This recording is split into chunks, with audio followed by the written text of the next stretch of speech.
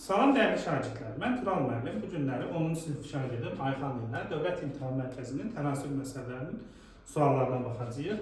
İlk sual, tənasübün orta həddi 24 və 18-dir. Kənar hədlərdən biri 27 olarsa, o biri kənar həddi tapın. Tənasübün qaydası necə? Kənar həddən hansı, orta həddən hansına bərabərdir? Bəli, düzdür. Deməli, necə olacağında? 24 ilə 18-i burayıcı, Bəli, 27. Bəli, tamam necə olur.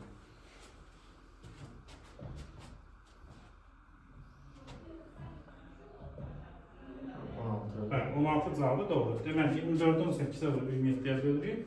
18 ilə 27 9-a gelir. 3, 24 üstəgələ 8, 2 alanda 16 düzdür. İkinci sual oxuyuram. 9 saatda 42 detal hazırlayan usta eyni məhsuldarlıqla işləsə 28 detalı neçə saatda hazırlayar?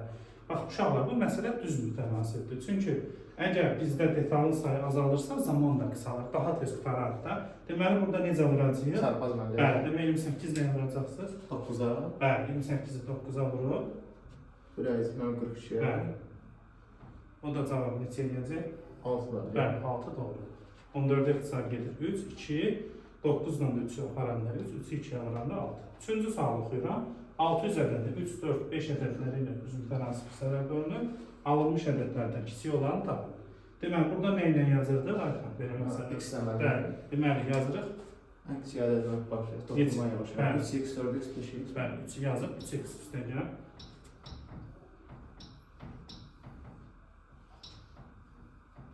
Bəli, 12x məndə.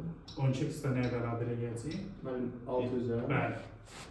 12x bərabərdir 600. 612-yə bölündə neçə qalır? Mən 50. Bəli, x bərabərdir. İndi kiçik ədəd istəyirsə 50 neçəyə vurarıq? 3-ə 50. Bəli. 50 vurulsun 3. O da neçə eləyəcək? 150 mən. 150. Deməli uşaqlar, bu gün Ayxan ilə tənasüb məsələlərinin izahına baxdıq. Bu kimi video izahlar üçün kanala abunə olmağı unutmayın. Növbəti izahlarda görüşərik. Diqqətiniz üçün təşəkkür. Sağ olun. Çox sağ olun. Sağ olun. Sağ olun.